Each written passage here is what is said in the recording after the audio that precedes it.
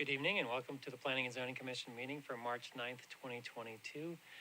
We're coming from you from the Community Center in Cedar Falls tonight, and you can join online. There are a variety of ways through the city website. So with that, we'll call the meeting to order and roll call vote from Karen. Saul? Here. Moser? Here. Lynch? Here. Leeper? Here. Larson? Holst? Here.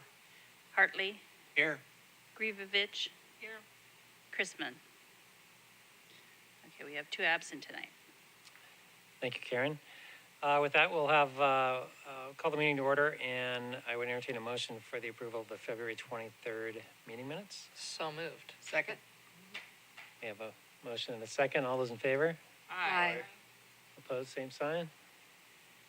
All right, with that, any public comments tonight? This is the time for you to speak on items that are not on the agenda. So we'll have opportunity to speak to items that are on the agenda as we look at each option. But this first phase is for things that are not on the agenda. Anyone would like to speak to an item not on the agenda? Mr. Leeper, we have no Zoom tonight. We have no Zoom. No All right. Zoom tonight, where the COVID numbers are lower, and so we have in-person only meeting tonight. All right, in person only. It's been a while, so I lied to everyone. But You're trying to get on the website, it won't work. but people can still watch on Channel 15 and Okay, thank you, Karen, for the clarification. Old business tonight, we have a zoning text amendment for daycare uses in the M1 Light Industrial District. This is open the public hearing and make a recommendation to City Council. Karen, you're going to kick this off? Yes. As you recall, last time we talked about this text amendment. We did receive a petition to expand an existing daycare in the M1 district. That's what prompted this review and analysis. Daycares are not allowed in the M1 district, and so we're considering tonight amending that district to allow daycare uses. We talked last time about the critical need in the community for daycare services, in particular areas that are close to employment centers, which would be, our industrial parks. We looked at last time sort of analysis of externalities that might come with locating a daycare center in an industrial park.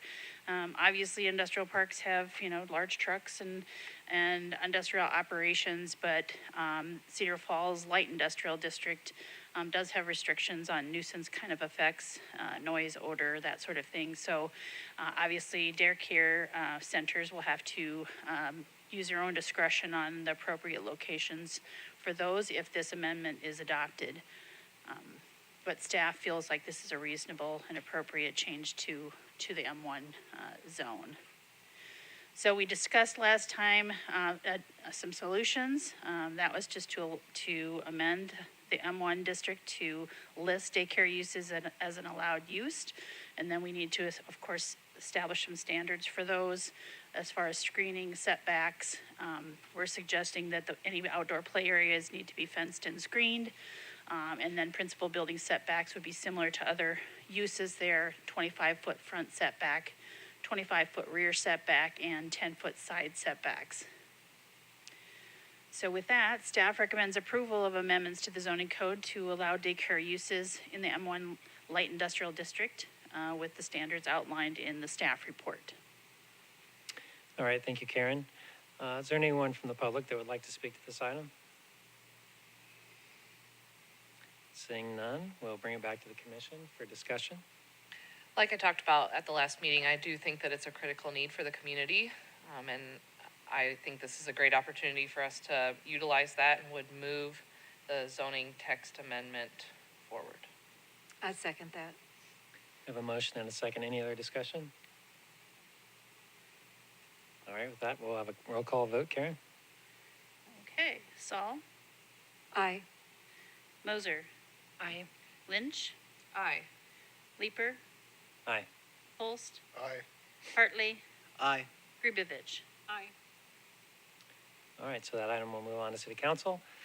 The next item is an amendment of the RP Master Plan for Autumn Ridge Development. And And JD, I think you're gonna, Yes, that would be Mr. Chair. Thank you. Uh, Good evening, everyone. This is the case is about the amendment of RP Master Plan for Autumn Ridge Development. Some of you might recall that this was presented in November 24, 2020. And then there were, at that time, there were 95 units proposed for this development, which included 60 bi-attached units and 35 single-family units. At the meeting, there were issues that were discussed. One was regarding adding sidewalks along Union Road. The second was about reducing number and width of driveway and curb cuts for bi-attached units. And the third was the incorporating common usable open space for the community as per the development agreement and RP zoning district standards. After that, the developer tried to work with the city to make sure that some of the comments were addressed. And then for the discussion of park, I think it was indicated that developer didn't want to burden the HOA with maintenance. So we discussed option with the city, the park and the recreation commission, and then the commission agreed to take on the park, and it was a need in this area. And they noted that the land would be designated as a public park space and would need certain size and required grading to be able to be used to make it as a usable park space. So that's just a summary. I know we have new commissioners on board, and I would this might be a few repetition for a few, but I would just run down the history of this development because this Autumn Ridge development has been going on since last probably 22 years. So, yep, this was the RP master plan. As you can see on your screen, this was done in 2001. This is where the entire 105-acre area was rezoned to RP to make sure they have different areas, including condominiums, independent living facility, single-family units, and you could see there is a lake with lake as a recreational and a detention area also proposed in this subdivision. However, with time, this was the second development that happened. This was an RP plan amendment in 2005 and 6. I think there had few changes about including daycare centers in the second, third, and the fourth, which are the highlighted additions in the map. Further then, in 2013, there was a preliminary plat that included a preliminary plat for Autumn Ridge 5th, 6th, 7th, 8th, and 9th edition, as you can see on your screen. I think the image to the right would be more visible in terms of where those developments are located. And at that time, the proposed 31, the total proposal of 58 lots in 8th and 9th edition, which is the current proposed area.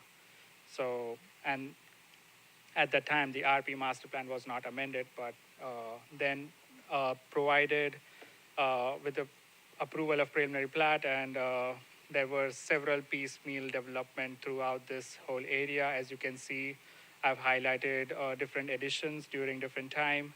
And the topmost is what we will be discussing today, which is Autumn Ridge 9th and 11th, which is the proposed subdivision. The rest of the development has been built out. I think the recently approved final plat for Autumn Ridge 10th edition, I think that's more in the construction phase, but this is the last leg of development after that. So this is the new proposed master plan, RP master plan that includes about 92 units, which includes 34 single-family units and about 58 bi-attached units. The bi-attached units are highlighted in pink, and the single-family lots are highlighted in the blue. Before I move on to the next, and the master plan also shows Outlot 1, which will be dedicated as public park space to the city. That's about 1.15 acres. We can discuss details in the next slides. So this is a summary. The phase 1, which is Autumn Ridge 9th, which is the top red highlighted area. and the phase 2 would be the Autumn Ridge 11th edition. Uh, the table is a summary of number of units proposed in the each phases. I think the point here we are discussing is there has been increase in density, as we saw that it was 58 units in 2013, which was area, and now we are seeing total of uh, 92 units in the same area. The other thing I would like to discuss is the well-connected street patterns for this area. So I think the developer has tried to put various stubs to future property developments and also have inward connectivity. And staff is supportive of variety of housing types, bi-attached units and single-family units based on the market demands. And so I'll discuss more details in the next slides. This is something, a snapshot of what the bi-attached dwelling will be looked. I think this is in the central area of the subdivision. The both the west and the east will be all single family units, and the central area will be all bi-attached units. There was some few concerns which I wanted to highlight and few responses from the developer about it. One was the concern was about excessive paving along the street frontage for bi-attached units. As you can see on the right-hand side, this is a driveway exhibit that shows the number of curb cuts and number of driveways. So I think the whole idea is it will be there will be congestion on the streets. Plus, there will be little room for on-street parking in these cases. Another thing, compromise would be the sidewalk. It doesn't allow person to feel that they can walk pedestrian like freely, basically. The other thing would be the front yards all will be paved, and of course there will be like less landscaping. In response to that, developer is proposing that lots equal to or less than 60 feet, which will be quite of this bi-attached units, will have the limited width of 18 feet wide. I mean, they will have 18 feet wide driveways, both at the front lot line and the curb. So that's something which has been proposed by developer, and the same statements will be included in development agreement as well as the deed of dedication. The other important thing that initially we talked about was sidewalk connections. On your image to the right, the developer will be adding sidewalks both along Union Street and West First Street, as highlighted with the red color, as to comply by city's ordinance. And I think previously in 2020 meeting, there was a discussion about adding the missing sidewalk, which is highlighted in blue, from Paddington up to the southern edge of the proposed development. After discussion with developer, the city staff is okay with adding that missing sidewalk piece in their capital improvements program to make sure that there is pedestrian connectivity all along the Union Road.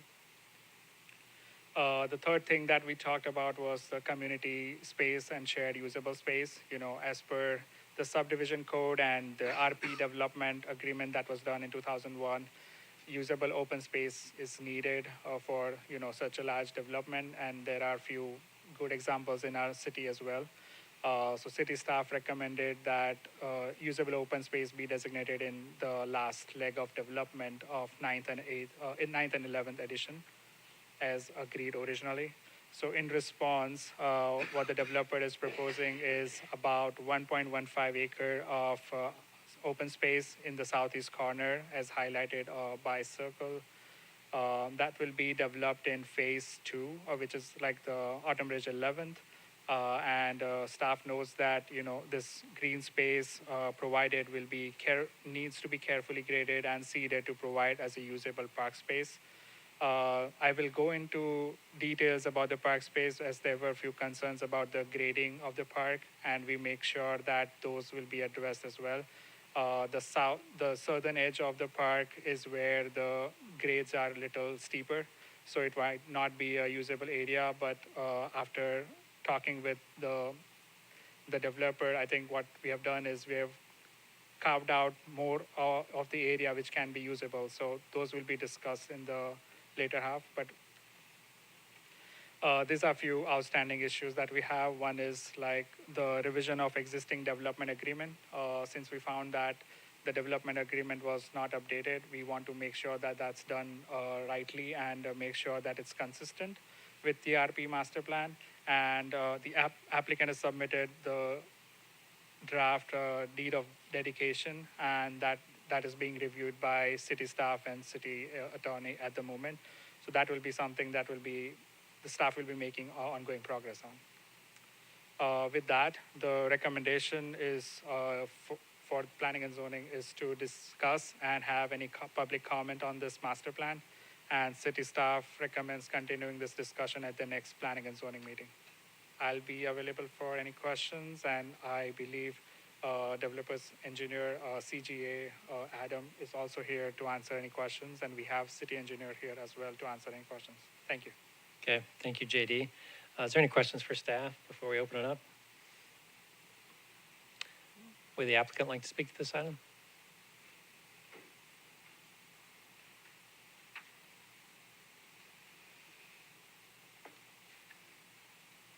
Name and address, please. Hello, Adam Dater, CGA Engineers, Cedar Falls. I'm just here to essentially answer any questions that you may have directed towards the engineer or the developer. Staff does a great job in the entirety of the report, and we're just here to clarify any issues you guys may have. Are there any questions? Any questions for the applicant? All right, thank you, Adam. Is there anyone in the public? Again, a reminder, this is the amendment of the master plan. We have two items on the agenda for this project. The first is the amendment to the master plan, and the second is the preliminary plat. Is there anyone from the public that would like to speak to this item? If so, come to the microphone and name and address, please. Good evening, I'm David Davis. I live at 4407 Berry Hill Road. So my specific concerns with this development is the water drainage. It's behind my house, there's a ditch there. Everything in this funnels to this basin. It has not been maintained several times in the last 2 years. The water has been running almost at the level with the creek bed itself, or the backyards to the properties on Berry Hill. The developer has not maintained this to the agreement. And according to Matt and JD, going forward, they're going to reduce the brush that's in this ditch down to 6 inches, but I have no confidence that going forward, the developer will continue to maintain that, and we will have drainage problems in the future. Also, if you look at plots 55 through 40, I'm not sure how, with the topography, they'll ever build on those lots without filling it in, thus taking more space for water drainage. So those are my concerns that I would like you to consider. Thank you, David. Is there anyone else who would like to speak to the item?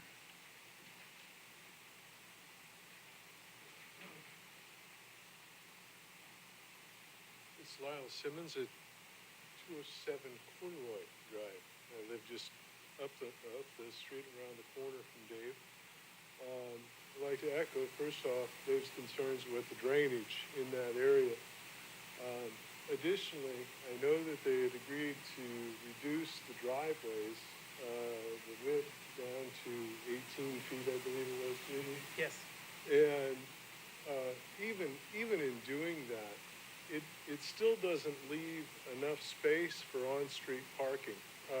Many of the lots that they're proposing are similar to the size of the lots that are currently on Paddington Drive, on one side, on the south side of Paddington.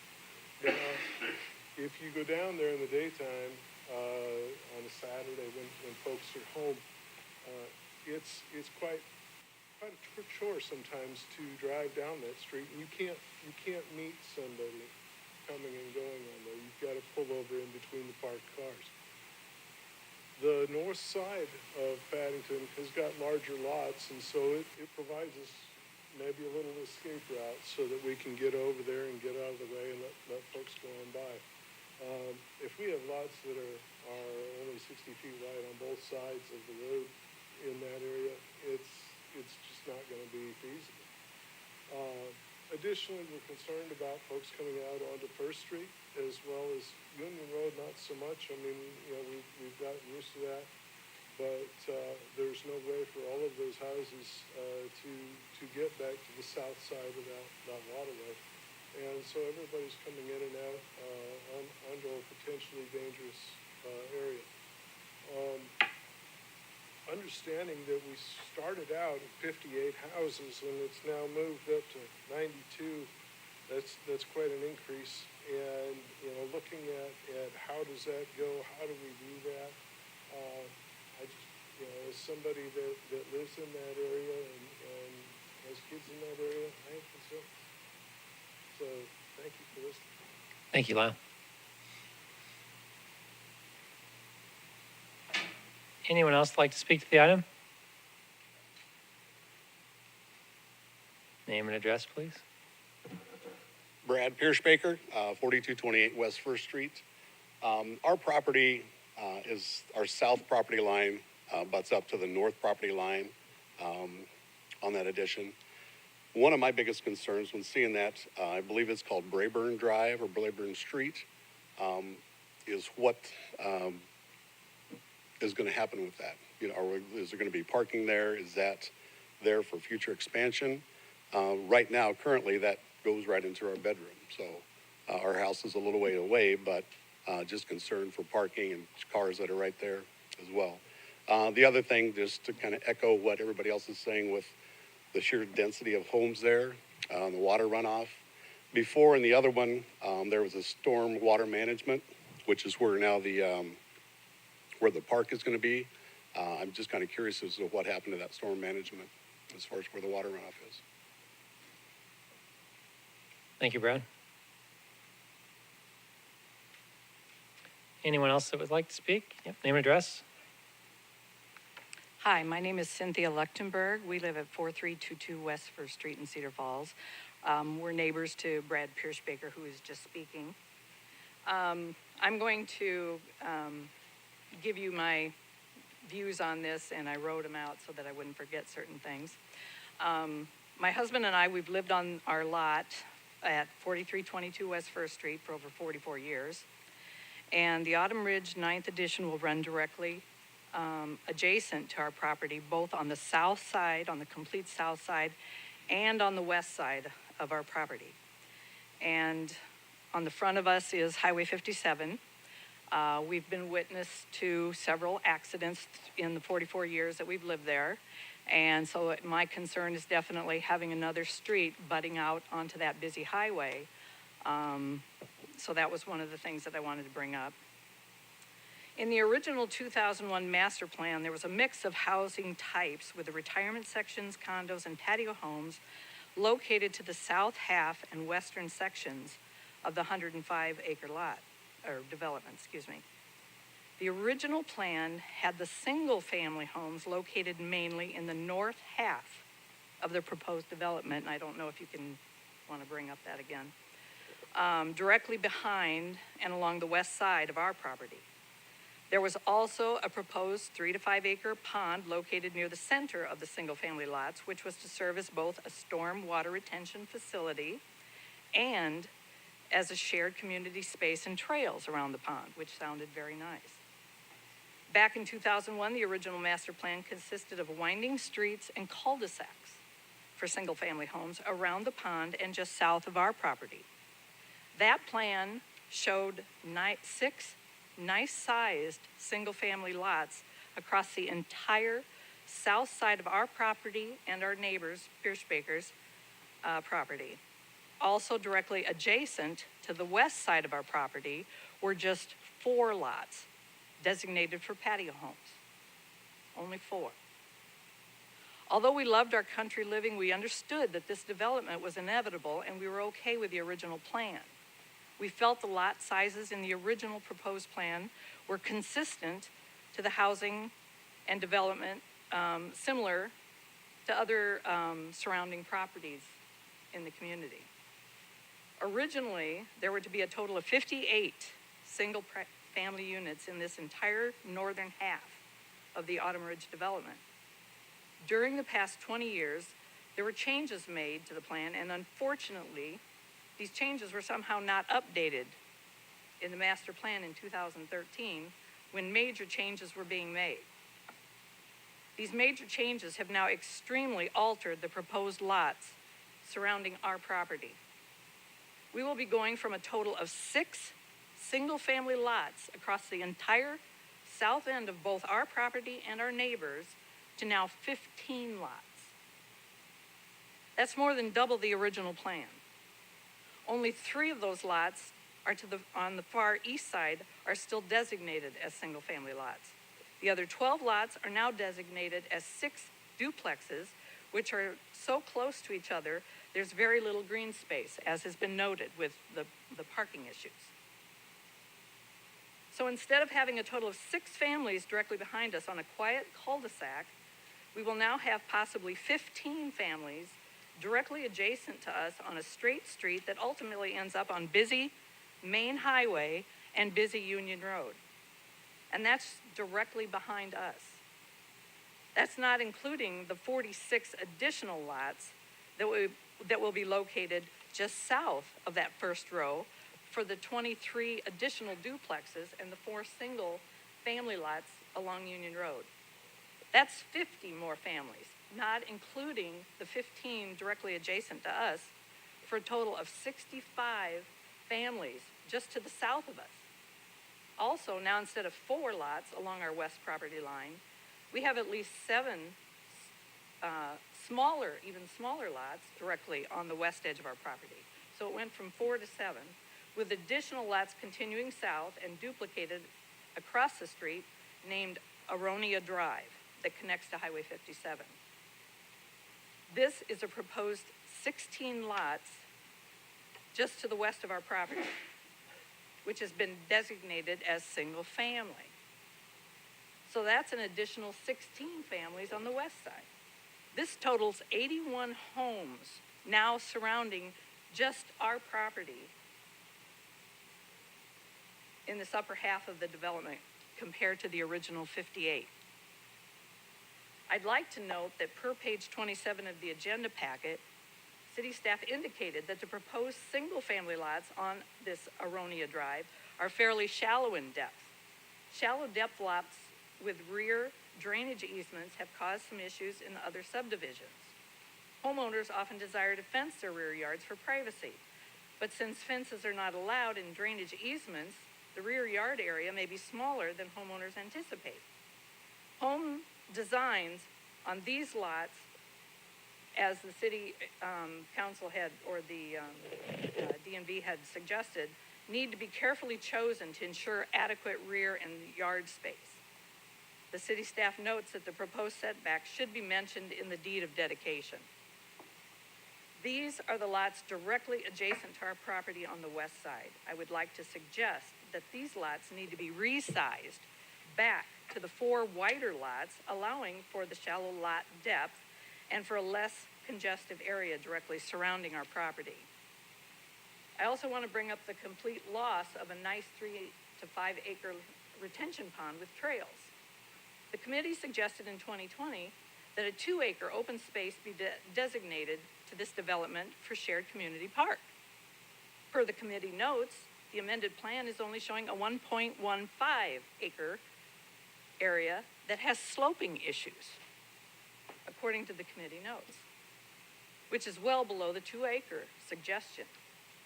If the current amendment plan is approved, the density and housing types surrounding us will unfortunately be completely different than what we had agreed to.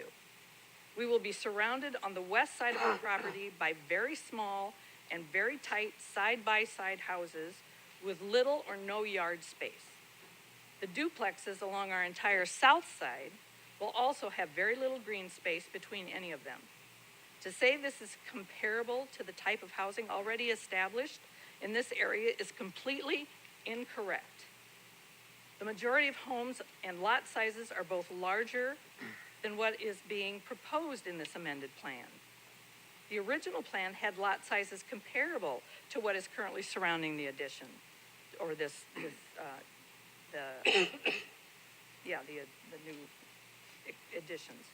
The original plan had the multifamily homes to the south, and those have been established. I feel the only reason this plan is being changed to include additional multifamily housing is for profit and not for marketing needs. I respectfully ask that my concerns to review this by the PV&V, that we can maybe go back to something that is more similar to what the original 2001 plan was.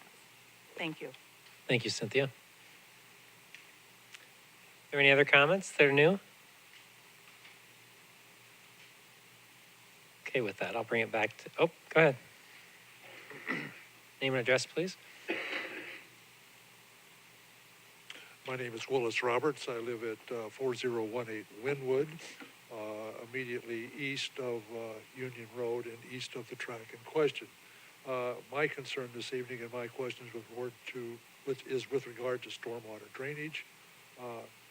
I have a question as to exactly how surface water is going to leave the area, and that based upon the zoning's presentation that I reviewed on the web this afternoon, there was an indication that the surface water through swales was to be delivered to the retention area, which is on the west boundary, considerably south of the Autumn Ridge stormwater drainage area, which leads directly to the pond in Fieldstone. I don't see any possible way that surface water is going to go down into the drainage area and back up to the retention pond. That water has to come immediately east into the Fieldstone pond. And we have ongoing problems with regard to silt collection from the west, with the driveways involved, and not only the surface water in terms of swales, but the stormwater system. I'd like to have someone respond as to how that water where that water goes in terms of street water versus surface or lawn water. Okay, thank you, Willis. Any other comments? Okay, with that, bring it back to the commission. So it looks like, is it the homeowners association that it maintains the drainage way there that's been in question? Or, I mean, it seems like that's been an ongoing concern, or what's the? Yeah, I can answer that. So back when Autumn Ridge 5th edition was established, there was a maintenance repair agreement that's required with all detention facilities throughout the city sign. And with that agreement, it states the benefited property in which that drainage facility serves and who has the responsibility to maintain that. The maintenance facility described in this was also defined for a majority of the existing Autumn Ridge subdivision, 1st through 5th, and then also includes what will be 9th, 10th, and 11th. And in that agreement, it is set up through a stormwater management group that isn't necessarily an HOA. It's a group representing all benefited properties. So it's all benefited properties have a responsibility to maintain that drainage facility. Yeah, so it is, each of those individual properties are supposed to kick in for the maintenance of that. Correct. Anybody that drains that facility is in that agreement. And who manages that? Because it sounds like has the ball been dropped on that a little bit? So it is the Autumn Ridge Stormwater Maintenance. They have their own group that maintains that. They have a board supposedly then set up to operate. Correct, and I believe that was set up by the developer. Okay. That group has never met. It's not been an actual thing. It's a group in name only, but it's never met. Can you come up to the podium to speak? Sure Because do. otherwise, Yeah, Okay. thank you. The Stormwater Association exists in name only. I'm president of the 5th edition HOA, and we're supposed to have a representative, one from each HOA on the stormwater board. We have never had a meeting. We've never had a vote. We've never had a conversation in guise of stormwater. the maintenance plan that was laid out has never been acted upon. My wife has gone through there and picked up garbage herself. But as far as stormwater, no. Thank you. Other comments from the commission? Could you maybe speak to the drainage questions that have been expressed tonight, either city staff or the applicant? Yeah, and we will get into that in our next presentation. Okay. All right. But I can give a quick overview if you'd like. We can talk about it in the next one. Okay.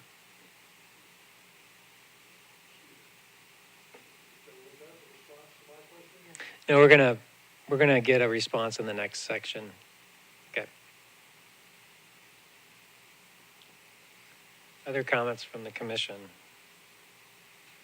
I do have a concern about the density and the parking issue along that street.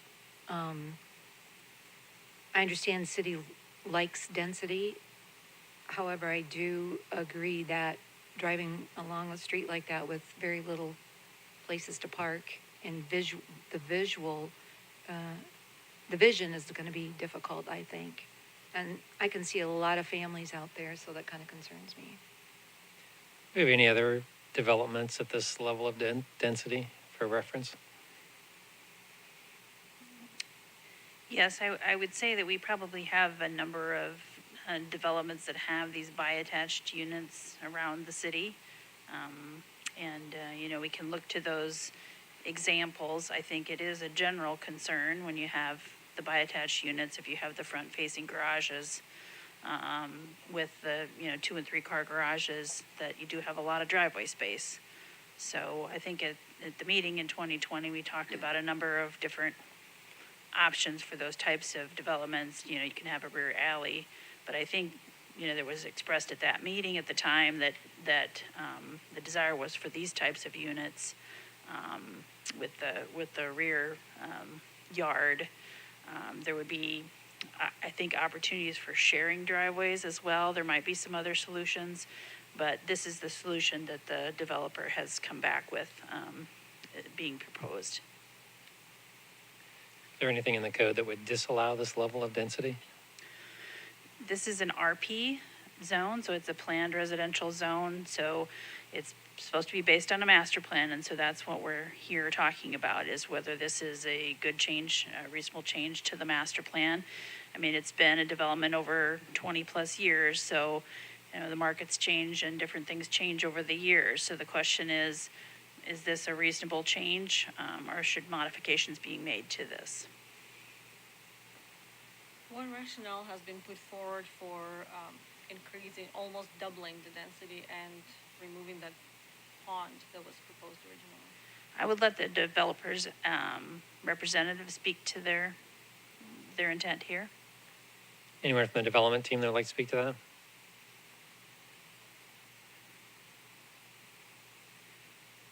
Adam Daters with CJ. Could you repeat the question again for me? What rationale are you using to almost double the density? I believe it's just the market demand. It's the product that they believe is in demand right now, and so that determined the change to these denser by attached two-family dwellings.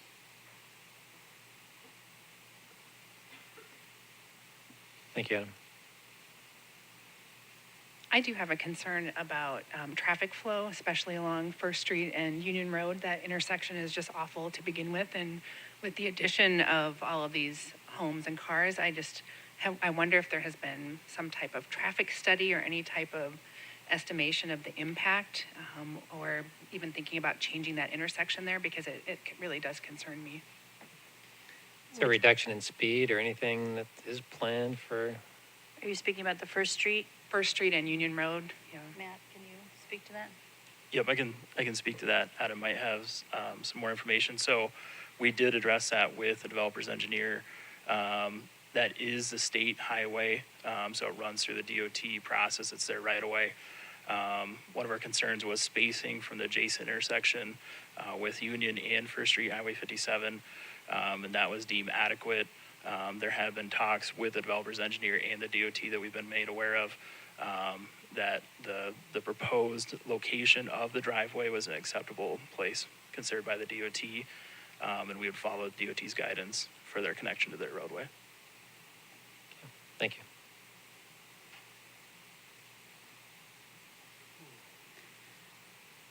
I think one positive aspect of this is that they do have multiple connections, one to Union and one to First. I think if you would see a lot of the cul-de-sacs that were originally proposed, I think it would put all the traffic on one of those, exits and access to the neighborhood. So I think in that sense, is a little better proposal to have, even though I'm sure people that are right there at those access points have expressed concerns, but it does help distribute the traffic. Has there been any efforts by the development team to work with the community and try and work through any of these issues?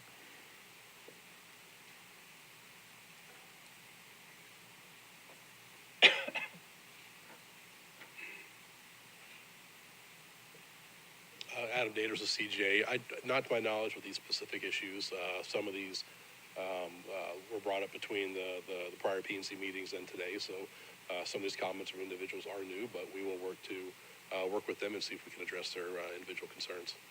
I'd appreciate that. Any other comments from the commission? Initial thoughts? We're trying to give them some direction so they have enough direction to kind of move forward and not be surprised. That's if maybe a bit of a hard question, because that is a pretty big change in density from the original master plan. So density is good, but I also understand concerns that may create with particularly the watershed there. And there's already been concerns with that prior, how's it going to get better? is the big question I ask myself, because if it's, if there's an issue now and now you want to increase the density, what's the mechanism that's going to make it better? I think that's a pretty important question that needs to be answered. Yeah, that's a question I would ask of the city engineers. Does the stormwater infrastructure that's put in place, will that help that surface water runoff? You know what I'm saying? Or, yeah, go ahead. Yeah, I'll just dive into this a little bit early now, since it's been a point to talk about. So with the Autumn Ridge 5th edition, regional detention was established for this entire area, including that parcel that we're talking about right now with 9th and 11th. We had a culvert structure underneath Union Road that conveys water from upstream would be the west side, downstream is the east side. At that time, the regional detention facility was set up. It would be the northern part of the yellow space shown. There was a modification done to the city's culvert where it was modified in the front to bring it up to our current code for stormwater, which is includes water quality, which is detaining the first inch and a quarter of rain released over 24 to 48 hours. And that is achieved through a sand point filter ahead of the culvert that was installed. And then there is a 100-year detention that releases at a 2-year rate, and that is monitored or metered by the improvements made by essentially a concrete head wall in front of our structure. In the effect, it's kind of like filling up a bathtub. The bathtub will fill up, and it's metered out by the city's culvert. And so the drainage area was previously established back in 2012, knowing that the northern half would be developed. Some of the concerns related to the increasing of density was a comment that we addressed with the developer's engineer, and they did verify that the detention capacities from the original 2012 model do meet the original design intent with the proposed development to the north. That was completed by the developer's engineer. Thank you. So one of my concerns is these master plans are meant to kind of let people know generally what's happening, and people are making decisions based on those things, and this seems like a pretty significant change to that. I would second what you're saying, Brad, and I understand that the demand is there, but I hope that the developer can have conversations with the neighborhood and surrounding neighbors to provide some clarity, to be able to hopefully come to an agreement that everybody can understand and be able to move forward.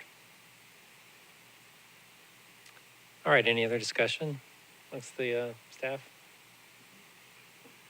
Okay, that item I'll move on to the next meeting. With that, our next item is preliminary plat for the same project. And JD, you're going to keep going. Yes, thank you, Mr. Chair. One moment, please. So, yes, this will be the preliminary plat. As we just saw, the master plan was to be updated about the same site. The proposed preliminary plat includes Autumn Ridge 9th and 11th edition. The 9th will be the highlighted green area, which will be the phase 1 of the project, and phase 2 would be the blue area, which will be Autumn Ridge 11th edition. Just walking through the basics of few setbacks. So the highlighted one in the red is the 30 feet perimeter setback, which is required by the RP zoning standard, which is provided as shown. And then the green line is like the phasing line that shows how the distinction will be made. Since RP zone doesn't have any required setback standards, it's upon the developer to propose, required front yards, side yards, and rear yards. For this proposed development, the required front yard is 20 feet. The rear yard is 30, and the side yard setback is 10% of lot width for single family units and 20% of lot width for bi-attached units. As mentioned earlier, I think some of the single family lots are narrower in size. So yes, there will be. I think I'll run this again in my slide, if in my future slides. But there are a few lots which may not have enough yard space, because of the less depth of the lot. So that is something to note. Easements, there is peripheral 20 feet drainage and utility easement throughout the proposed area. And I think there is 35 feet drainage easement along the West First Street, which is like the northmost point in the subdivision. So as you can see, as per code, we don't allow any fences or any structure in this drainage and utility easements. So you can imagine that those areas will not be able to be fenced, or they won't be able to have any detached structure in those areas. So people buying into this subdivision may note what they're getting into, basically.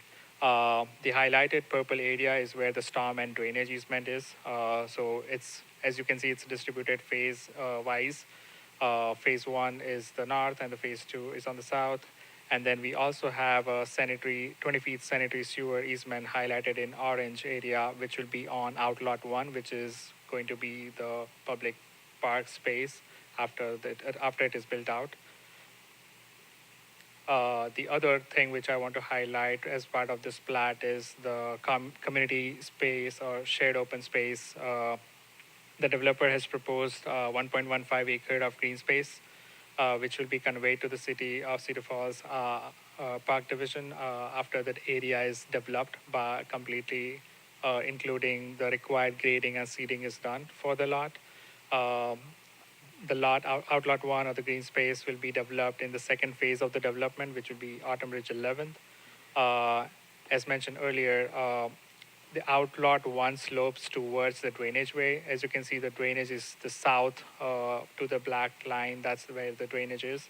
So it slopes towards it. So in order to create usable park space, the area must be graded. I think after several discussions with our city engineers and developers engineer, I think we found that the slope will not increase 4:1, which is a manageable slope for park area.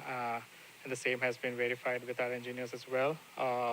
And staff notes that required grading and the seeding be done according to city standards before the city is able to accept that. The other important thing would be the public sidewalks. As you can see, the highlighted area in purple is the public sidewalk, one along the First Street and one along Union. Those will be added at the time of development. And then there is also a small connection or a mid block connection to the park area, which will be added by the developer at the time of finishing the development in phase 2. Staff notes that in regard to this public sidewalk shown on the screen, the developer will be responsible for adding sidewalks throughout the subdivision as per the subdivision code, which is the bordering every lot along the public right-of-way. This is the stormwater management, and I would like City Engineer Matt to speak on this. Just for clarification, just a staff engineer. The stormwater management plan, as we had just previously discussed, was established with the 5th edition. It's located on the south side of this proposed development. It was pre-existing with the design intent that this northern cornfield would be developed. The facility itself involved modifications to our Union Road culvert structure, where a head wall was installed in front of it to contain the water quality, detain the 100-year event and release it at a 2-year rate.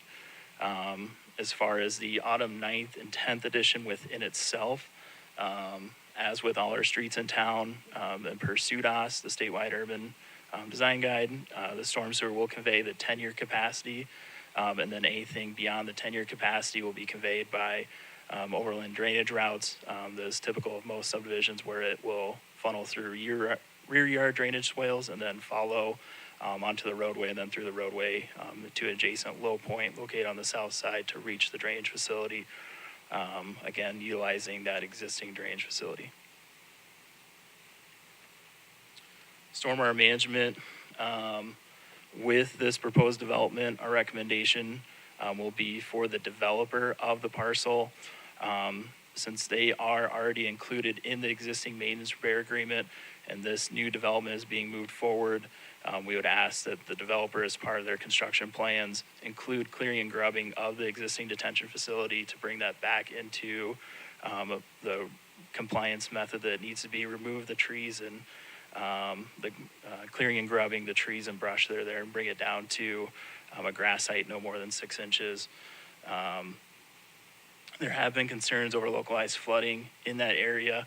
We did address that with the developer's engineer, and it was confirmed with the proposed design in the built-out that it still met its original 2012 design with no impact with the proposed development.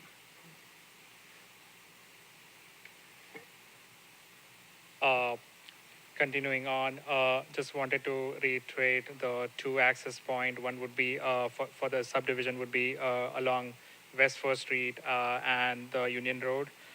Staff notes that there is also a proposal of the street connection, or I would say street stubs, one along the north, which is the Rayburn Drive, and 2 along the west lot line, that will allow the future development to continue as you know, well-connected streets are always desired.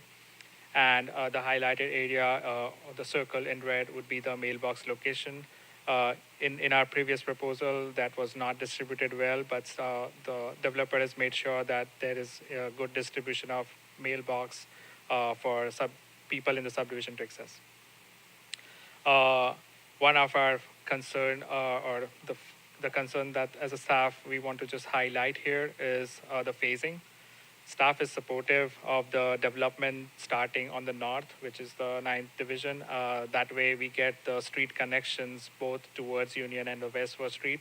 However, the Autumn Ridge 9 edition, which is the phase 1, is topographically higher in elevation than the phase 2, which is the Autumn Ridge 11th. And therefore the utilities will have to be installed prior finishing the phase 2, because that way they are able to serve the 9th edition. Staff knows that with this phasing as proposed, all necessary infrastructure must be installed from the south as necessary to serve the needs of the first edition. As you may see on your screen, one second. Yep, that's the thing. So as you can see, all easements and drainage ways, sanitary sewer easement comes from the south, being the lower point. Staff just wants to make sure that those are added prior the final plat approval of ninth edition. That way, we can ensure that the development is adequately served with the services. That was our note, and there are a few outstanding issues that we would like to highlight. There are a few minor label corrections on the plat needed, and the applicant has submitted a rough draft of deed of dedication for a review, and I think we city staff and city attorney is reviewing at the moment. So we'll be getting those revised as needed to make sure that it complies by the master plan guidelines as well. With that, the presentation was just to introduce and have public comment. Staff knows that the preliminary plat cannot be approved prior approving the master plan because it's an RP development. With that, I'll be available for any questions. Also, the developer's engineer is here, as well as city engineer is here to answer any question that some may have. Thank you. Thank you, JD. Any questions for staff before we move on?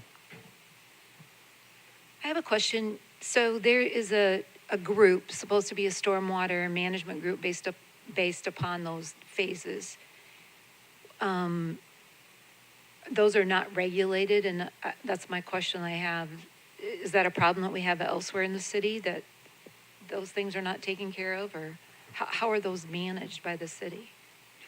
Yep. So when the 2010 ordinance was established for the updated stormwater code, all detention facilities require a maintenance and repair agreement that's approved by city council. It's a binding agreement running with the land that incorporates all benefited properties to maintain at a set interval of time and a certain maintenance regimen, and that's supposed to be notated and provided. It is a agreement with the city, but it is, for all intents and purposes, is a private agreement amongst all those in the drainage facility.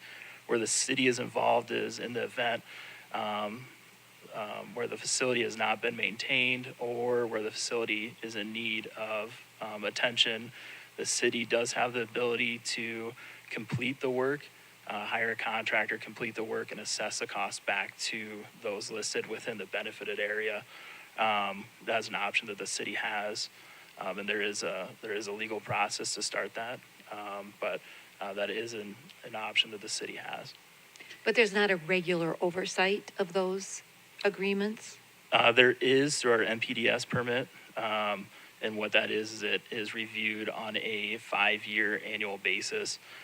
In this last site, there was documentation back from 2018 was the last time that the records were requested by staff at that time. Thank you. That's a good question. We've dealt with these issues before at planning and zoning, and I guess I would ask staff, this is a little bit unrelated, but to review those policies. It seems like it gets put on the homeowners, and maybe that information isn't passed to them very clearly about what those expectations are, and we end up with problems before. We've had them a couple times that I can remember since I've been on the commission. So it's not related to this topic. It's a sidebar, so sorry about that. All right, is there anyone from the public that would like to speak different comments than previously?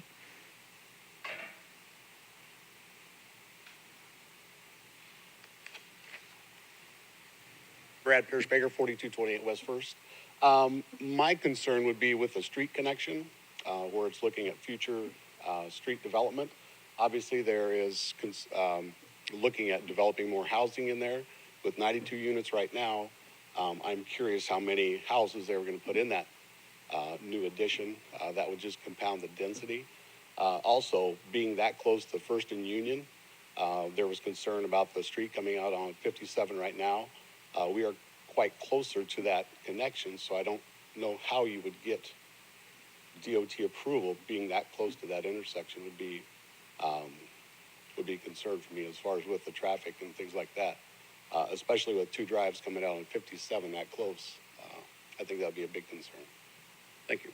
Thank you, Brad. Has staff reviewed that? Are you talking about the one that's stubbed to the north? Yeah, I think think that, so, yeah, that's the question, I think. Yeah. So Matt can answer that to some extent, but I think it's providing an opportunity for if and when properties to the north, wherever to be redeveloped, it provides an opportunity. It doesn't mean that it's imminent or that the current property owners have any obligation at all. It does provide them the opportunity, though, in the future. I would echo Karen's response. The street stub provided allows a connection within the concern of getting too close to an intersection. When we look at intersection design, a big thing we look at is stopping sight distance and looking at how close turning vehicles could be approaching already oncoming vehicles.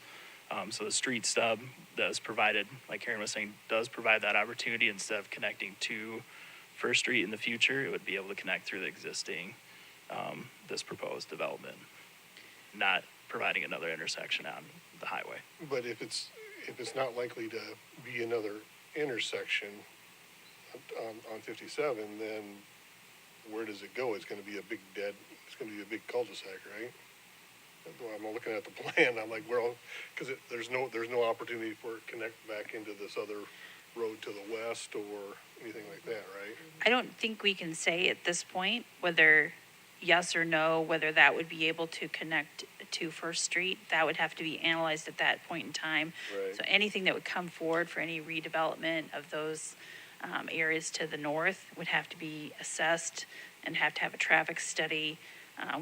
Depending on what was proposed, if it was just a couple lots, it might be much different than if it was, a number of things. So I think we can't determine at this point in time, exactly what the traffic impact would be because we don't know if and when or what would be developed on that parcel. So that would have to be analyzed at that time.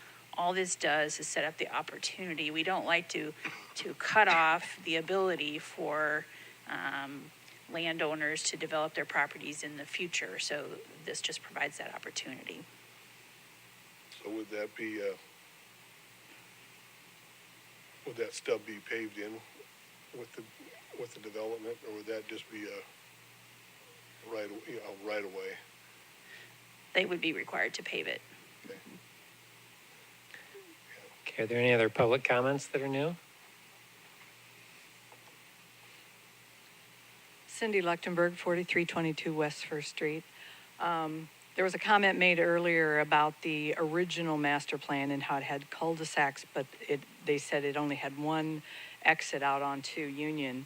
And I believe that the original plan had an exit out onto First Street as well. So it had the two exits, not one.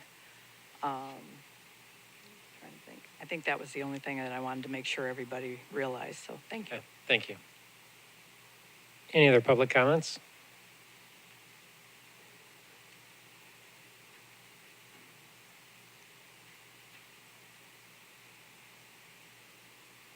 Willis Roberts, 4018 Winwood, then I'm to understand that all of the surface water and storm sewage would come to the low drainage area and then east into the Fieldstone Pond. Is that the response?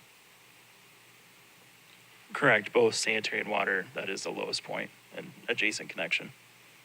And that basically is a gravity issue. Correct. Okay, and that what you're calling the retention area then hopefully will slow the water down, but there would be no other diversion. Correct, yeah, in front of the culvert structure itself, there is a head wall that meters that water flow coming through the culvert. There is, the extension was placed on there 4 or 5 years ago, I believe. The ground has now silted up to culvert level entry. There's a space of approximately 30 inches. And above that, concrete that would in fact stop a Volkswagen. But 30 inches of water would be the limit that would come through at one time. It would be metered through that structure, that opening. Well, and the meter is approximately 30 inches. So yes, there's an underground system that is metered out through a sandpoint filter. And then there is a orifice opening located in the head wall at a lower, correct, it's probably at that 30-inch mark. And then the 100-year overflow, so in the vent, it detains up to a 100-year vent, is the top of that head wall. That would be the 100-year detention, it would store it at. Well, I'm satisfied 100 years would be safe, but then that 30 inches is the water that is acceptable. That is the metered. Yep. Matt, could you clarify? There was some a comment earlier about fieldstone silting up. What's the silt control mechanisms? Yep. So with this property is adjacent to agricultural land. With the structure that's currently there, there is a sandpoint filter. It's a 6-inch tile system that is located below ground in a designed, engineered soil system ahead of the culvert. And so in the initial rainfall that can occur, erosion initially is metered out through that system. When we get into the larger rain events where it's 2 years and above, that's when it will go through the culvert structure itself. So the structure does have that water quality filter on the front of it. But when we do get into those larger rain events where that does start to meter out at that 2-year rate, it will go into the culvert. Thank you. Are there any other public comments? Okay, with that, we'll bring it back to the commission for comments, discussion. Again, this item is for discussion and taken to the next meeting. I would like to ask a question, a clarifying question on the open and green space in any development, not necessarily this development. Is there a city requirement or suggestion of a certain percent of development that needs to be set aside as green and open space, or is it just up to the developer what that land is? So the subdivision code does require, it does have a clause in the subdivision code that open space be provided to serve the needs of the development. So, it doesn't give a real quantitative, it doesn't say so much per acre or anything like that. So that's been, a little bit of a negotiation and a challenge for each development, and it really kind of depends on the size of it and the number of units and that sort of thing. We have had other developments that have proposed, I think West Fork, I think what you saw fairly recently, I think is proposing a 2-acre park. The Pinnacle Prairie master planned area, which is a much larger area, that's like 600 acres. Has several different park spaces and some trails in that area, but that is, like I said, kind of sized appropriate to the size of that area. So, it's been a bit of a negotiation about what is the size that is appropriate for this development.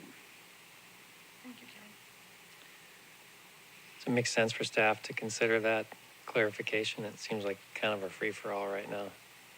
Certainly, there's ways to improve our subdivision code to give more quantitative. I think we do look at parks as being neighborhood-sized parks, not to serve the whole community, but to serve this particular neighborhood. And neighborhood-sized parks are, sized around, 2 to 5 acres for a neighborhood-sized park. Thank you. Any other comments from the commission that are new? All right, we'll move that item on to the next meeting. With that, we'll move to new business. We have RP site plan review for the Cove at Spruce Hills. And JD, you're gonna... Yes, that would be me, Mr. Chair. Thank you. This is a RP site plan review for the Cove at Spruce Hills. The area, as you can see on your location, is located north of East Green Hill and east of Spruce Hills Drive. I wanted to give a bit background, as the subdivision is also about 15 plus years. There have been ongoing updates throughout the subdivision. So this is a master plan. This was zoned in RP in 2004. The entire 19.12 acre area, currently known as Heritage Hills Estate Second Edition, was rezoned. And then at that time, there were the desire to develop this whole area as one family, two family, multifamily dwellings, and condominiums, not to exceed the total density of 4.47 units per acre. And that's the master plan that you can see on your screen. Later in 2014, the RP plan was amended to include the change from centralized multifamily area to single family units. So that was an amended change.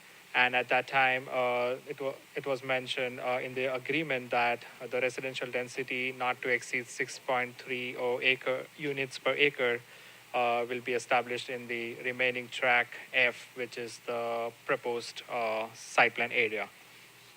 And this, with this, sorry, in 2017, we finally approved the Heritage Hills second edition's final plat, which led to development of 17 lots, including the track B, C, and D. I want to highlight specific direction to track B, C, and D. I think B is located between those multifamily and the single family area. The track C is the one which is located on the topmost part, I mean the northeast part of the highlighted area, and track D is the one which is the south of track C. So just want to highlight these three important areas because track D is the stormwater management area for entire subdivision. Track D is about wetland management, and track C is where the current creek is. So those areas were identified and developed at time of in 2017. And this is the last leg of development that is being proposed. So the proposal here is to develop 30 units, all two-story townhomes within 6 buildings, 4 of which would be the 5-unit townhomes highlighted in pink. One would be a 4-unit townhome, which is highlighted in orange, and one would be a 6-unit townhome highlighted in blue. So there will be 6 buildings, but at the same time, there will be 30 units. All the units proposed will be accessed through extension of Spruce Hills Drive to the east and Spruce Creek Drive that will run north-south. Both the streets would be all private. The proposed site plan is all arranged in a manner that all the garages and the entries to the house will be all off from private streets, basically, and then having a nicer front facades to the adjacent neighborhood areas. So it's oriented in a nice way. That way, people can see porches along the neighboring areas, and they won't be seeing the cars parked or the garages, which is in the interior part of the development. Staff notes that all infrastructure will be all private, and that are delineated with private easements. There are easements that has been delineated to come up with the infrastructure of this private street as well as private utilities, and those will be recorded on the plat. Setbacks for the sites, there's a 30 feet perimeter setback as highlighted on the screen. And as you can see, all the units are way far proposed from the required 30 feet building setback. All these units, especially the ones on the north area, the 3 pink 5-unit, will be at least 20 feet apart from each other. That way we have breakage between the continuous buildings that allows room for green space. The buildings will be at least 30 foot away from the public right-of-way, which is the Prairie Parkway and the Spruce Hills Drive, which is the public street on the west, bordering the west lot line of the development.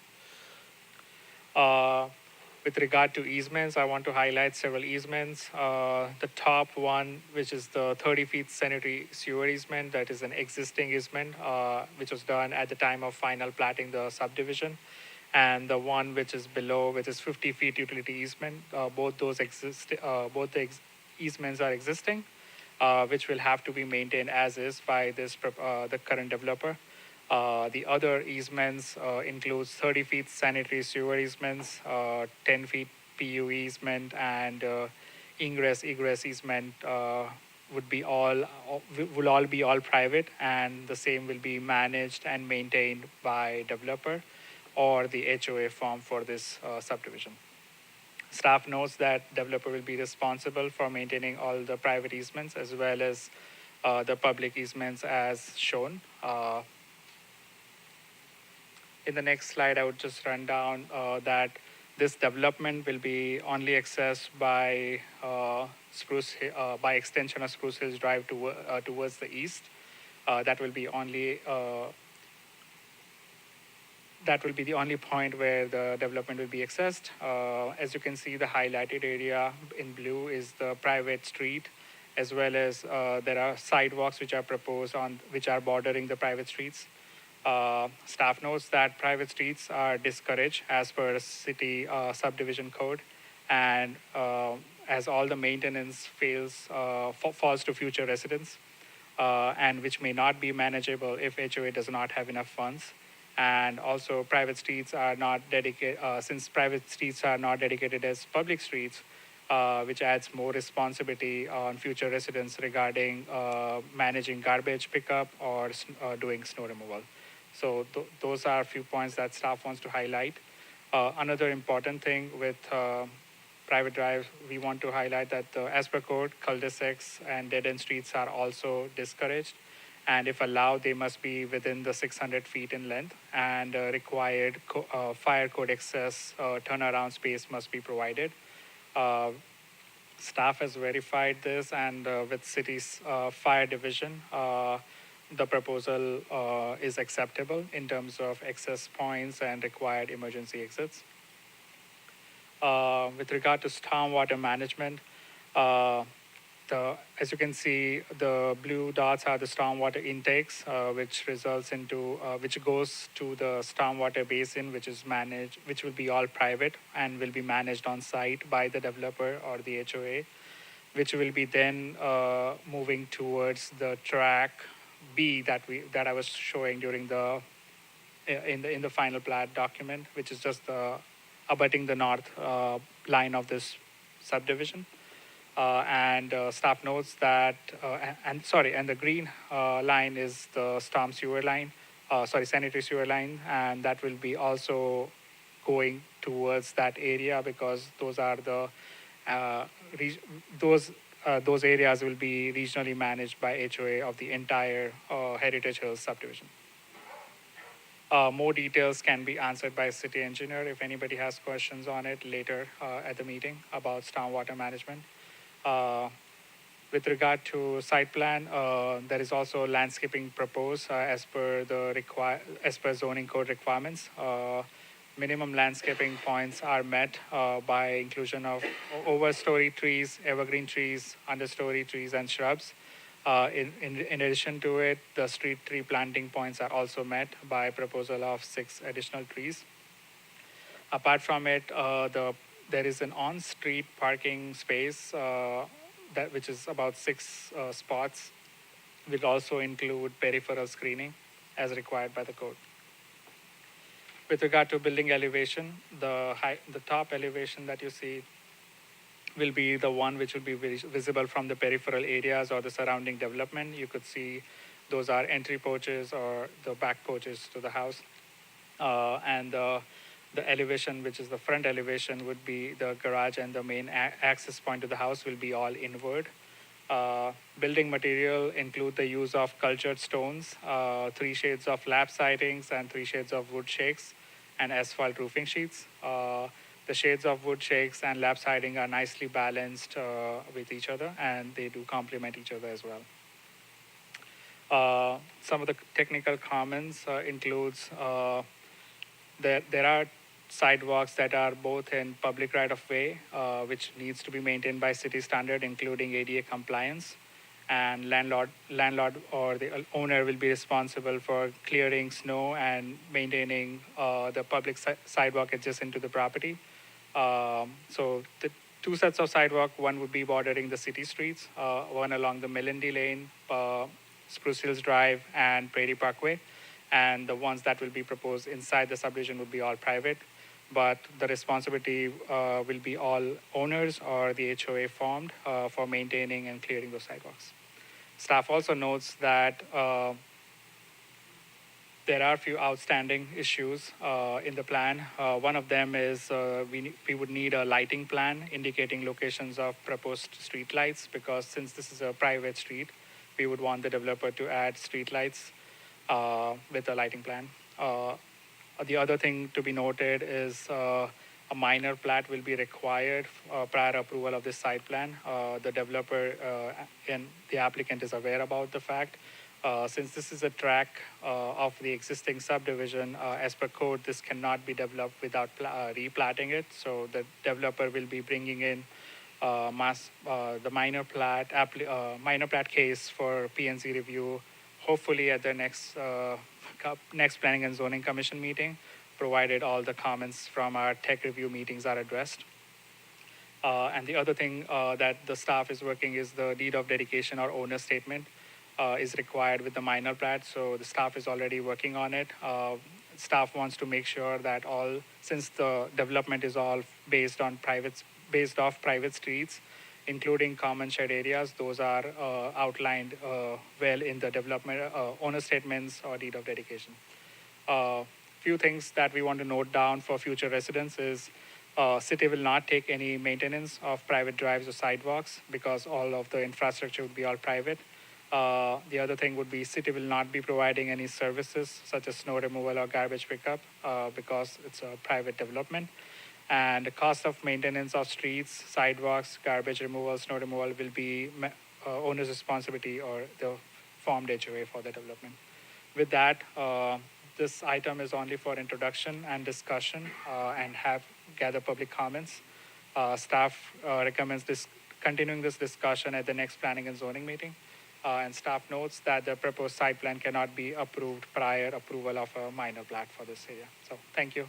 I'll be able to answer any questions that the commission has. We also have applicant Brian Wingert, who's here to answer any questions. And yeah, thank you. Okay. Thank you, JD. I remind the public to refrain from private conversations, or it's a little bit distracting while we're getting a lot of information up here. So is there anyone from the applicant that would like to speak to this item?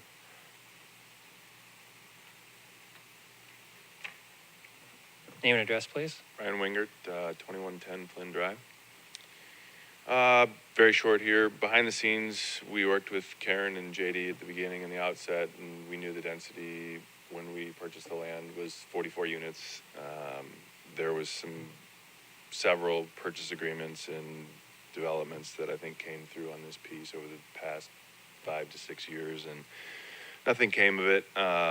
Through discussions with Karen and JD and other city staff, we felt like with 44 units on there, and we didn't feel like this at first, and I'll give Karen and JD credit there.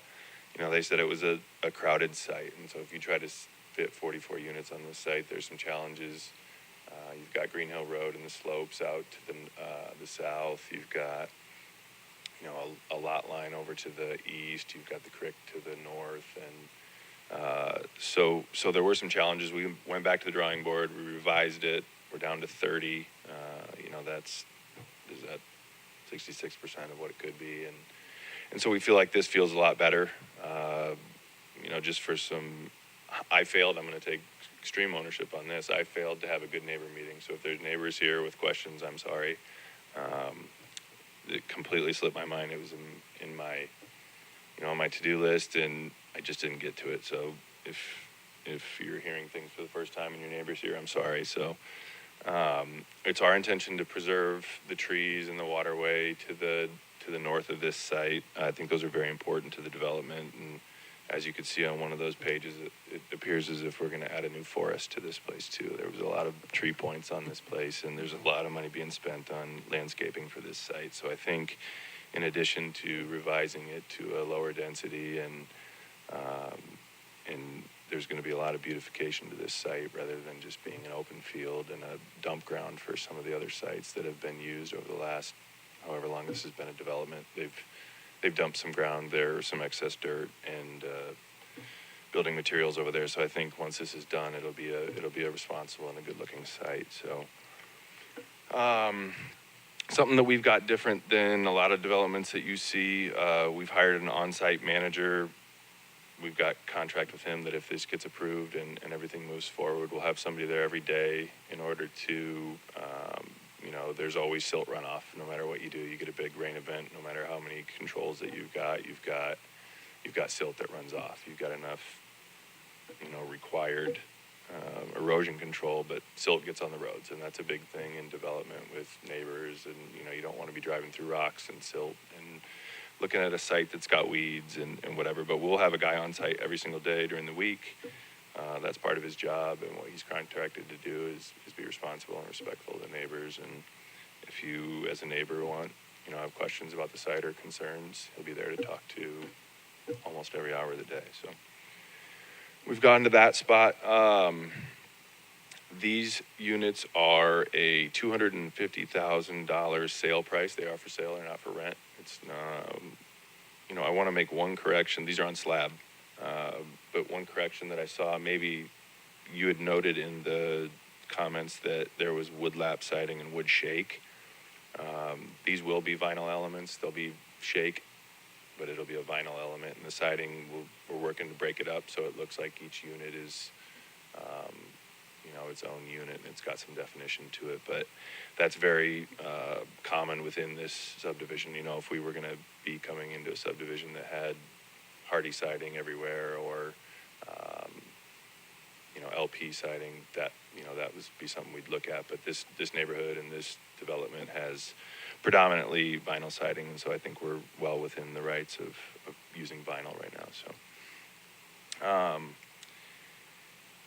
I heard it back on the other development. I just kind of wanted to touch on it. And it's tough. Affordable housing is really tough now. It's kind of a relative term anymore. And they talked about density, and we talked about density. And, would this be great if there was 20 units in it? Probably. Is it great with 44? Absolutely not.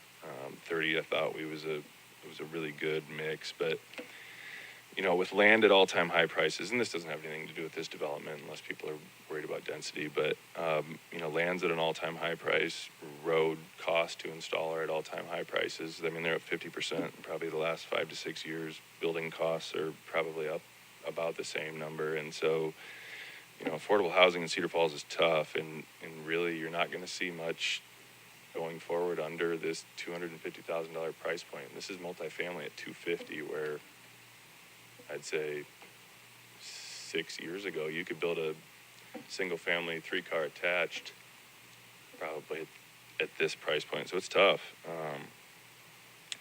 It's hard, especially when it's in your neighborhood, for density to become part of your neighborhood. But right now, it's a necessary evil to get new units, because I saw Councilman Sires here, and I was at the city council meeting on Monday, and they were talking about budget cuts. And so, density is tough, but that's the only way that our city's going to grow, which in turn really is the only way to make sure that taxes don't get out of control too. And so, even though it's tough to swallow right away, right now density is a necessary evil to create affordable housing and keep our tax base as a city down. And so, I think you're going to see it in that last plat. Not that I'm supporting it by any stretch, but you as a developer, you have to have density, and it may look like profit, but really it's just being able to put up new houses and also have affordable housing for the residents of Cedar Falls. So it's a necessary evil, and I think it really in the long run helps everybody's tax base. So that's a rant and a tangent, but if you guys have any questions for me as you look at this, let me know. Any questions for the applicant? Thank you, Brian. Is there anyone in the public that would like to speak to this item? Seeing none, we'll bring it back to the commission for comments. I think it's a good use of space and probably needed. I appreciate the consideration, Brian, that you made, that you would not take out that forest area behind. We had some correspondence with that as well, so I'm happy to hear that you're doing that, and appreciate the beautification aspects that you're wanting to add as well. All right, any other comments? Okay, with that, we'll move on to the next meeting. Last item of new business is the MU Master Plan Amendment for Pinnacle Prairie Development. And Tom, you're going to introduce this item? Yes, I will. Thank you. This is an amendment to the Pinnacle Prairie Master Plan. We talked about the large development. This is up at the corner of Main and Green Hill Road. They are planning to do the development along the north and south side of Wild Rye Way. Their proposal is to construct 19 two-family units on the two lots. They have submitted a concept plan for the area, which we'll get to. The property is zoned mixed-use residential, which allows for a wide range of residential uses, so there's no zoning change with this land use amendment. It's just the land use amendment. We anticipate that there will be a preliminary and final plat coming forward in the near future. This Pinnacle Prairie Master Plan was first done in 2004, and it was approximately 620 acres. This subject property area is 64 acres, and there we go.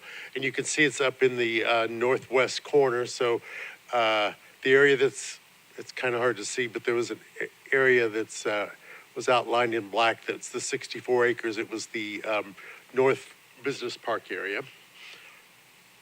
The 2015 master plan, this was originally shown as mixed use, and down below that it was multifamily where the Western Homes is. In 2015, the master plan was updated to include Western Homes as a land use in the Pinnacle Prairie master plan. And so they're requesting to change this land use to Pinnacle Prairie so it can be a continuous, cohesive development with what they currently have to the south. The outside, this area right now, with it being multi-use, there's not a lot of commercial development. There's the Fairway Market and the Quick Star gas station in this area, but most of the other ones are just office uses. And these two properties or two areas are kind of far from visibility when you look at Green Hill Road and from Prairie Parkway. So commercial development would probably be years off, or not really viable to develop this all as commercial. Western Homes is proposing to allow the multiple development on the two lots, and you can see the layout. We've got, I should have counted these and had them marked, but along the north side, all these units are on one, each one are on one lot. The one on the south side, because of the currently there are two lots along Perry Parkway, but they're going to combine them, but that area is deep, so they're going to have 4 of the units share a private driveway. And then there's already existing trails. There's 3 trails in the area. Western Homes community, again, is adjacent to the south. As you can see, there's not any development to the property to the north other than the one, I think it's a dentist office.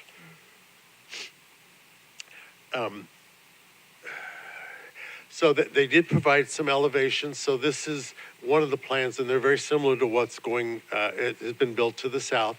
This is what is considered an extended garage. So it's a 2-car garage with just a little more area. And then the other option is a 3-car garage.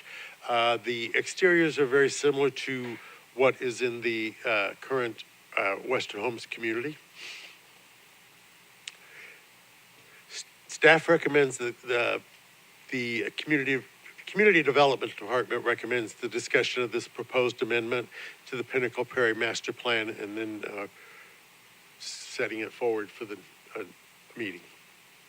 And in this case, since they provided a concept plan, normally site plans have to come back when it's a master plan community. They would come back as they built that, but they've shown a layout of the properties for this, so we don't anticipate this having to come back forward since you're actually looking at what they're proposing to build. And I'll be happy to answer any questions. Thank you. Thank you, Tom.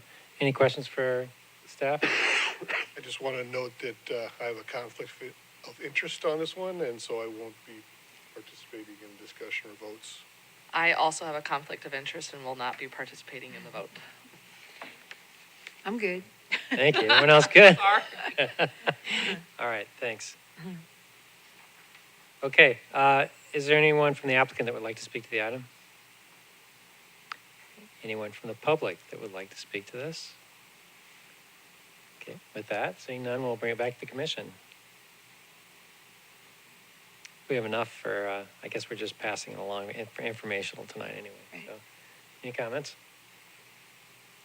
Looks like a good plan. It's a little odd that it's going up against some of those, there's some businesses in that development to the north, but it's also an extension, so it's a transition kind of zone, so it seems to make sense. All right, with that, we'll move that on to the next meeting. Any commission updates, Karen? I don't have anything for you tonight. All right, with that, I would entertain a motion to adjourn. So moved. Second. All those in favor? Aye. All those opposed? All right, we're moving on. Thanks, everyone. Have a good night.